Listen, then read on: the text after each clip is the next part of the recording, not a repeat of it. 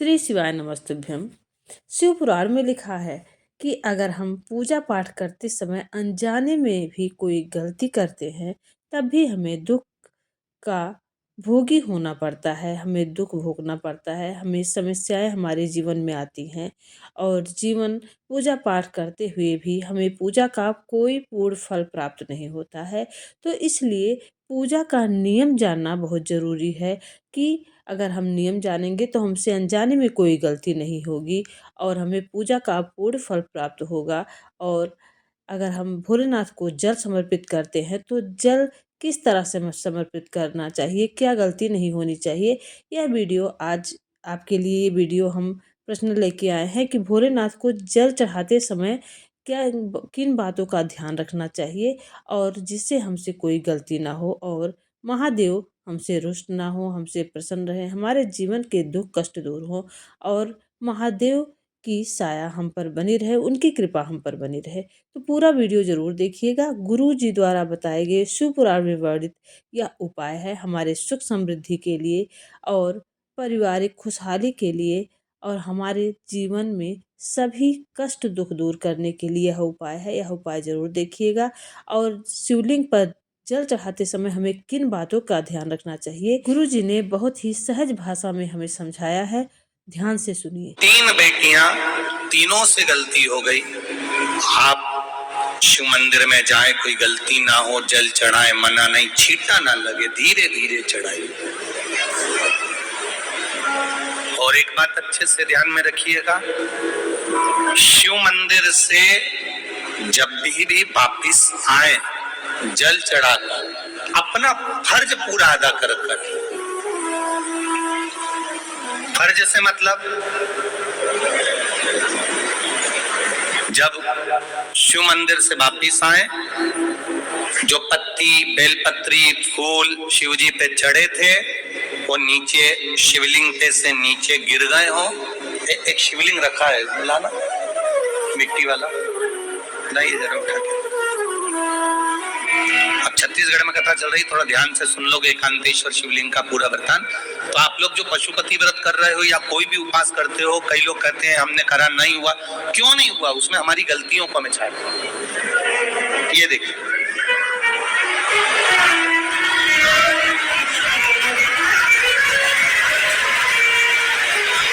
अब जैसे ये शिवलिंग रखा है, आपने जल चढ़ाया, अब जल आप यहाँ से चढ़ा रहे हो तो धीरे धीरे धीरे धीरे चढ़ाएं जिससे छींटे बाहर ना, यहाँ तक छींटे रहे ना, जलाधारी तक चलेगा, बाहर ना दे। और एक बात का स्मरण रहे, यदि बेलपत्री, फूल, पत्ती जल चढ़ाने के बाद ये सब अगर नीचे गिर जाए, जलाधारी पर गिर गया या नीचे उतर गया, तुम्हारा पूरा जल चढ़ जाए, तुम्हारे पास में चंदन नहीं है, अबीर नहीं है, गुलाल नहीं है, कुछ भी नहीं हो, तो भी अपने हाथ की 3 उंगलियों से रेखा 3 खींचकर और फिर जो माला आदिकादिक भगवान की रखी थी उसी से भगवान का वापिस पूरा श्रृंगार कर कर फिर वापिस आइए, भगवान को पूर्ण श्रृंगार।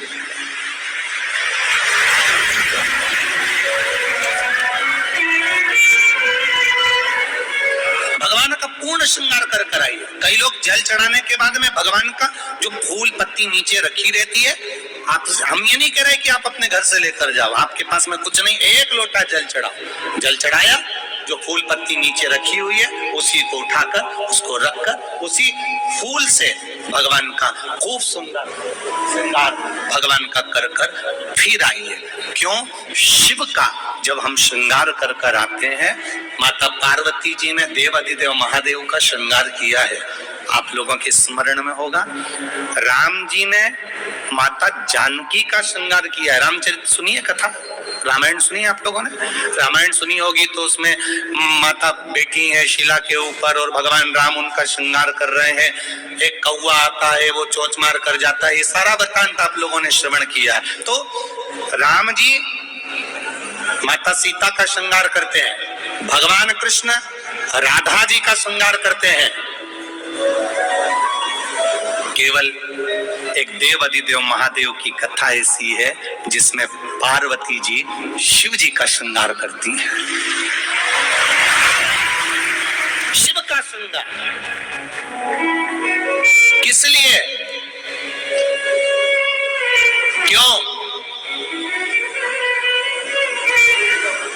कहा जल चढ़ाने के बाद वहीं पर पड़ी हुई पत्ती से, फूल से, जो चढ़े हुए फूल हैं, चढ़ी हुई पत्ती है, चढ़ा हुआ निर्माल्य है, जो भी शिव जी का है, उसी को धोकर वापिस भगवान का श्रृंगार कर आना चाहिए। किस लिए कि हे भोलेनाथ, जब मैं इस संसार सागर से जाऊं, अखंड सुहाग लेकर पूरी श्रृंगार कर इस धाम से जाऊं। ऐसी कृपा जो पढ़ाओ, जो चंदन नहीं है, हाथ से चंदन का स्मरण होना चाहिए। जो तुमने देवाधिदेव महादेव को जल चढ़ाया, बस उसी पात्र का जल शंकर जी को चढ़ाओ। उसमें से बचा हुआ थोड़ा सा जल बेलपत्री के वृक्ष के नीचे चढ़ाना प्रारंभ करना। कौन सा बेलपत्री का वृक्ष? जिसकी छाया आपके ऊपर आ गई। शिव महापुराण बड़ी सुंदर बात कहता है, ध्यान दीजिएगा। जिस बेलपत्री का पौधा तुम्हारे सिर का, और ये दोनों हाथ ऊपर कर लो, अपन खड़े हुए और खड़े होकर दोनों हाथ ऊपर करें, इतना बड़ा बेलपत्री का पौधा है, उस बेलपत्री के पौधे की पत्ती को कभी तोड़कर शंकर जी को नहीं चढ़ाना चाहिए। ध्यान रखना। कितना बड़ा पौधा, आप खड़े हो जाओ और खड़े होने के बाद आपका हाथ ऊंचा कर लेना। इतना बड़ा पौधा है, उस पौधे की पत्ती बेलपत्री को तोड़कर शंकर भगवान को कभी नहीं चढ़ाना।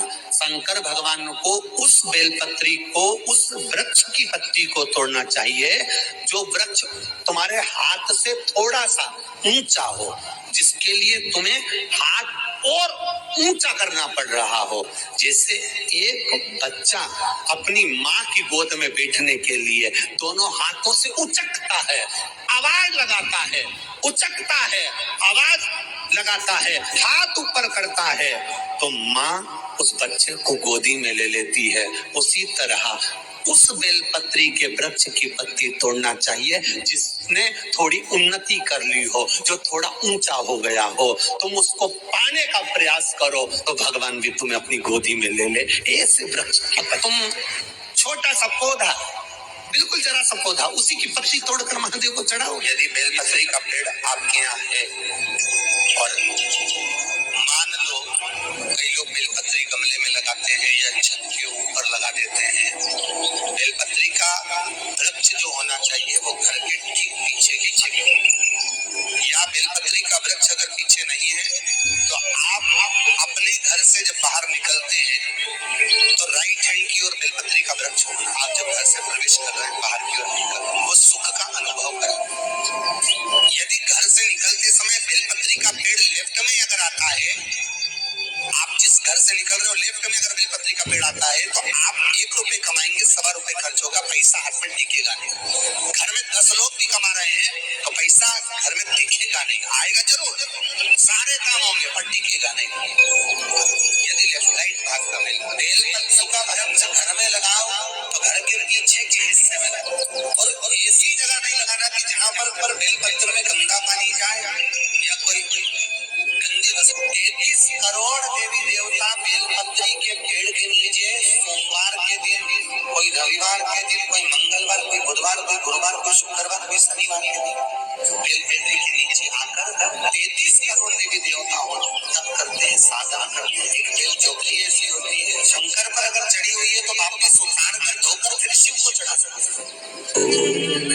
किसी व्यक्ति से कोई काम करवाना है, वो काम नहीं कर रहा, कोई फाइल आगे नहीं बढ़ रही है, कोई कार्य अटक रहा है, या फिर कहीं रुपया पैसा अटक गया हो, नहीं निकल रहा हो, तो एक जल के पात्र में जल भरकर 5 बेलपत्री शिव जी को समर्पित कर कुंदकेश्वर महादेव का नाम लेकर एक सफेद पुष्प बेलपत्री के ऊपर जो शिव जी को चढ़ाई है उस पर समर्पित कर जल जो लेकर गए हो, अपनी उस कामना को कर कि मेरा ये कार्य अटक रहा है, ये कार्य नहीं हो रहा, कुंदकेश्वर महादेव का नाम लेकर धीरे धीरे जल की धार चढ़ाई। और एक बात हमेशा याद रखना, फिर निवेदन कर रहे हैं, अच्छे से समझ लेना, शंकर जी पर जब जल चढ़ता है, शिव जी का जब अभिषेक होता है, शंकर जी पर जब जल चढ़ाया जाता है, दूध चढ़ाओ, जल चढ़ाओ, कुछ भी चढ़ाओ, और एक बात का स्मरण अपने जीवन में होना कि इतने ऊपर से मत चढ़ाना कि जल चढ़े और छींटे आपके ऊपर। बहुत ध्यान दीजिएगा। हाँ, तो यहाँ तक वर्णन करा गया है कि शंकर जी का जल चढ़ा हुआ जहाँ से बहकर जाता है ना, उसको लांगा तक नहीं जाता। यहाँ लांगते हैं क्या? नहीं ना, परिक्रमा भी करेंगे तो वहीं से लौट कर वापस उतर जाएंगे। शिव जी का जहां से जल बहकर जा रहा हो, चढ़ा हुआ जल जहां से बहकर जा रहा हो, उसको लांगा तक नहीं जाता। और कई लोग बड़े बड़े आनंद में शंकर जी पे इतनी ऊपर से जल चढ़ाएंगे तो वो छींटे पूरे अपने ऊपर आना चाहिए, शरीर पर आना चाहिए। नहीं, उसका दोष है, मारो उसका दोष है। आप भगवान को अगर जल चढ़ाओ, दूध चढ़ाओ, तो मान लो अगर जैसे एक सरल भाषा में समझ लो और अच्छे से, कि जैसे ये शिवलिंग है शंकर जी का, ये शिवलिंग है, और आप जल चढ़ा रहे हो तो इतनी ऊपर से छोड़ोगे तो पानी का छींटा तो अपने ऊपर आएगा, पर वही जल, वही दूध, वही सामग्री आप शिवलिंग से थोड़ी सी दूरी बनाकर अगर आप समर्पित करेंगे तो बाबा उसको स्वीकार भी करता है और आनंद की अनुभूति भी होती है। कार्य में सिद्धता, कार्य में उसकी ओर चले जा। पर याद रखना, कछुआ चारों तरफ घूम लिया, आखिरी में वहीं गया जहां कछुआ जा रहा था। तुम्हें भी कोई भटका दे, भरमा दे, तुम्हारे भीतर का अभिमान से परे, अभिमत्ता से दूर,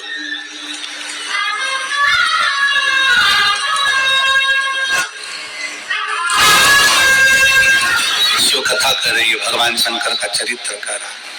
शिव महापुराण की कथा कहती है, रावण से भगवान शंकर ने कह दिया था कि तू अपना अभिमान मेरे चरणों में जब जब मिलने आए, जब जब तू दर्शन करने आए तो अपना अभिमान मेरे पास छोड़। तो जब मेरे पास में आए तो तेरा अभिमान मेरे साथ में रहे।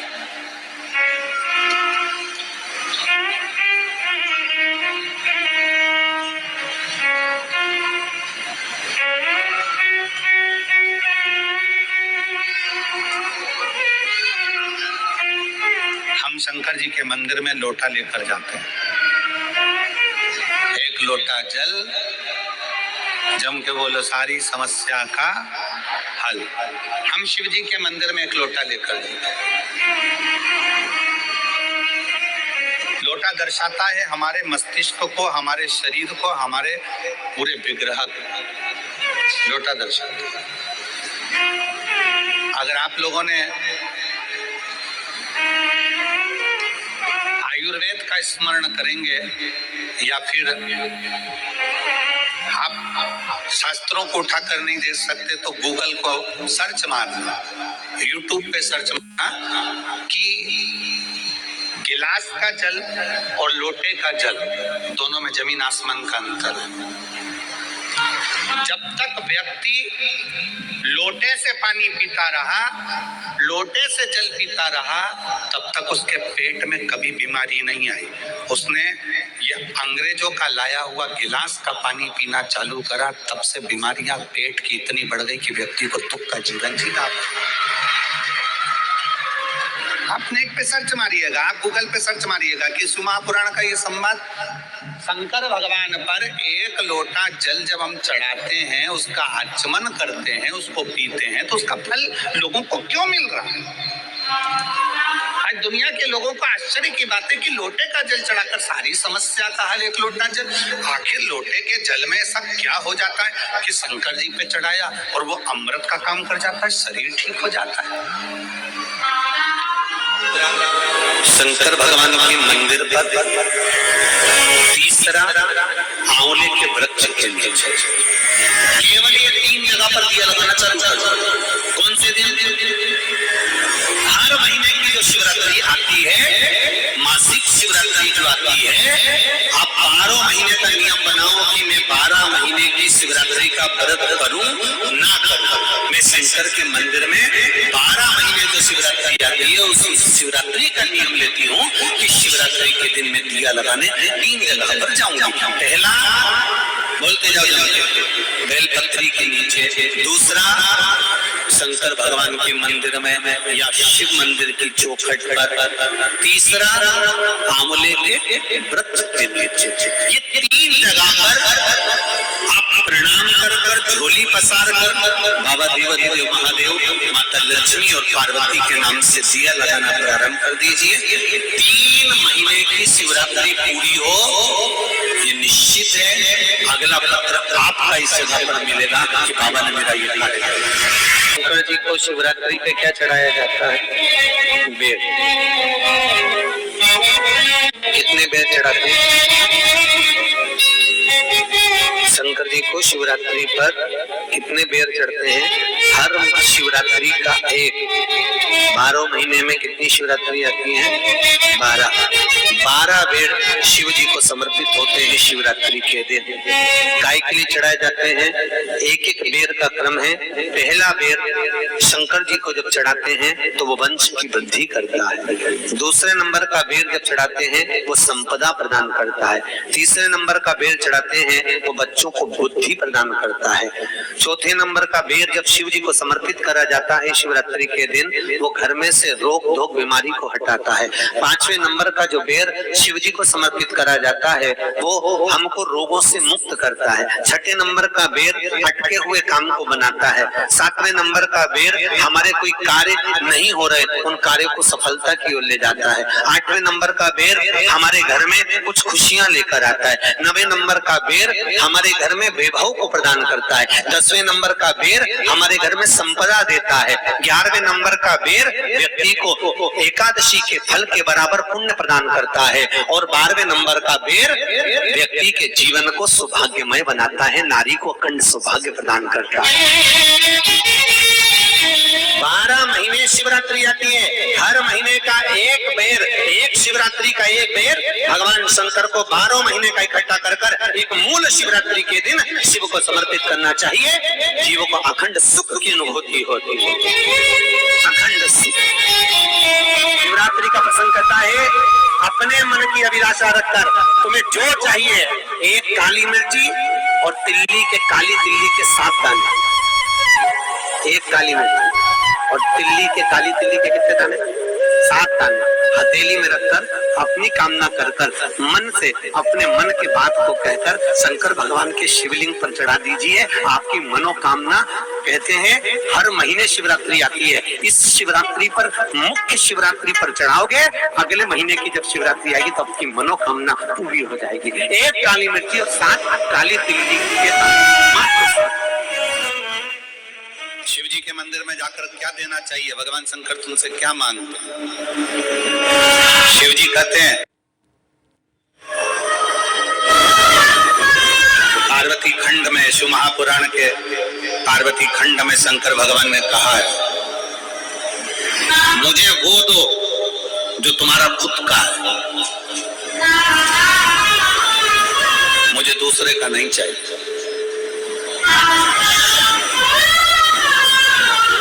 और तुम भी भगवान शंकर से कहा करो मुझे वो दो जो मेरे हक का है, मुझे दूसरे का नहीं चाहिए, मुझे अपना दो। माघ की शिवरात्रि और फाल्गुन की शिवरात्रि, ये दोनों शिवरात्रि भव्यता के रूप में मनाई जाती है।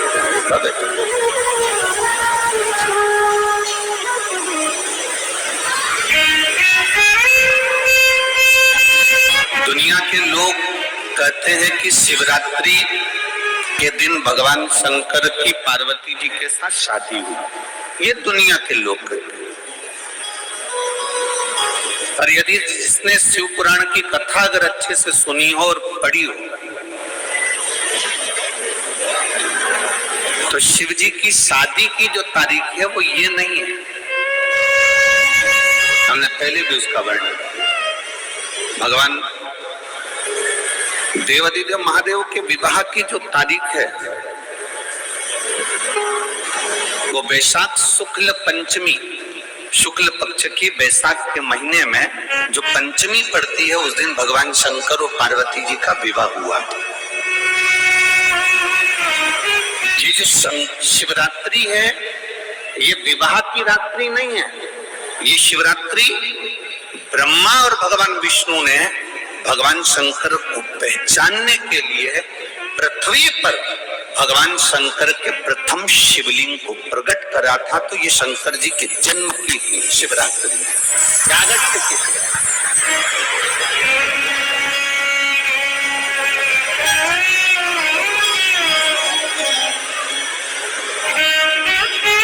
ये शिव जी के प्रागट्य की शिवरात्रि है। ये शिवरात्रि जो आएगी, माघ की शिवरात्रि, जो मूल शिवरात्रि होती है, जिस दिन शिवरात्रि के दिन भगवान ब्रह्मदेव और भगवान नारायण ने भगवान शंकर को एक पर्वत को घुमाकर उनके लिंग की आकृति, उनका स्वरूप प्रकट किया। उनका स्वरूप प्रकट किया, उनका जन्म। आपसे कोई पूछे कि शंकर जी का जन्म कब हुआ था, बिल्कुल बेझिझक कह सकते हो, शिवरात्रि के दिन हैप्पी बर्थडे टू यू। उसमें तुम्हें सोचना नहीं। भ्रम फैलाने वाले बहुत भ्रम फैलाते हैं। और आज इस व्यासपीठ से एक बात और कहना चाहेंगे, जिसको अपने जन्म की तारीख ना मालूम हो, जिसको अपने जन्मदिन ना मालूम हो, आप नियम बना लो कि आपका जन्मदिन भी शिवरात्रि के दिन ही हुआ है, पक्का। जब परब्रह्म परमेश्वर स्वयं देवादिदेव महादेव शिवरात्रि के दिन प्रकट हो जाता है, उसका शिवलिंग, उसकी आकृति प्रकट हो जाती है। और ब्रह्मा जी ऊपर जाकर मालूम करते हैं, आकाश में बढ़ते जाते हैं, तो भी उनको शंकर भगवान के शिवलिंग का छोर नहीं मिलता। भगवान नारायण नीचे की ओर बढ़ते चले जाते हैं, पाताल की ओर, और उनके चरण नहीं मिलते, तब हार जाते हैं कि शंकर को पहचानना कठिन है।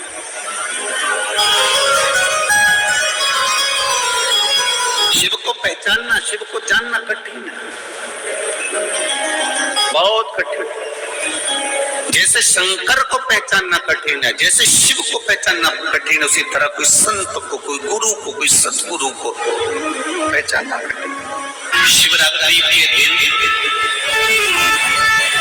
जो बड़ी शिवरात्रि होती है, माघ महीने के अंतर्गत जो आती है, जाने आप लोगों को, उस शिवरात्रि के दिन सबसे ज्यादा जरूरी क्या होता है चढ़ाना? एक बेर। क्या जरूरी है? क्या बोलते हो? बेर की बोर, जो भी बोलते हो, जिसमें गुठली होती है और अपन लोग बोर खाते हैं, बेर खाते हैं। मात्र एक बोर, एक बेर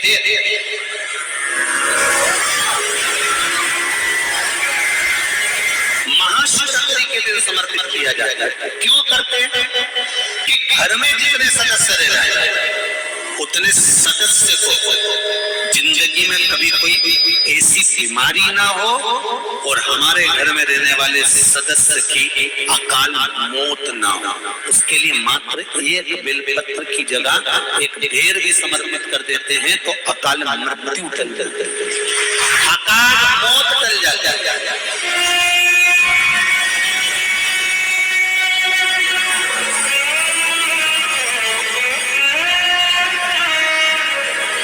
12 महीने शिवरात्रि आती है, जिसको 12 मासिक शिवरात्रि कहते हैं। हम कई लोगों से कहते हैं अगर जिंदगी में ज्यादा नियम नहीं ले सकते तो एक नियम ले लेते हैं, और उसका फल क्या होता है कि मात्र 3 महीने की शिवरात्रि कर देते हैं, केवल 3 महीने की शिवरात्रि, ज्यादा कुछ नहीं कर सकते। हर महीने शिवरात्रि आती है, प्रत्येक शिवरात्रि के दिन 3 जगह पर दिया लगाना प्रारंभ करते हैं। पहला, बेलपत्री के वृक्ष के नीचे, शिवाय नमस्तुभ्यम। हमारे चैनल में एसपी भक्ति रस का रसपान करते रहिए और अपने जीवन के कष्ट दुख को दूर करने के लिए छोटे छोटे उपाय बताए जा सकते हैं, जिसमें आपका ना पैसा लगता है ना कोई कीमत लगती है। प्रभु की भक्ति में रहकर अपने बड़े से बड़े दुख को जो है दूर कर सकते हैं और बड़ी से बड़ी मनोकामनाओं को पूरा कर सकते हैं, जिसके लिए आप बहुत भाग दौड़ करते हैं, परेशानियां सहनी पड़ती है। वह प्रभु शरण में रहकर भी मन की मनोकामनाओं को पूरी कर सकते हैं और अपना जीवन सुखमय बना सकते हैं और महादेव की शरण में रहकर भक्ति का रसपान करते हुए अपने जीवन के कुछ पल को सार्थक बना सकते हैं। तो मेरे इस चैनल से बने रहिए। प्लीज़ चैनल को लाइक से सब्सक्राइब करिएगा। श्री शिवाय नमस्तुभ्यम।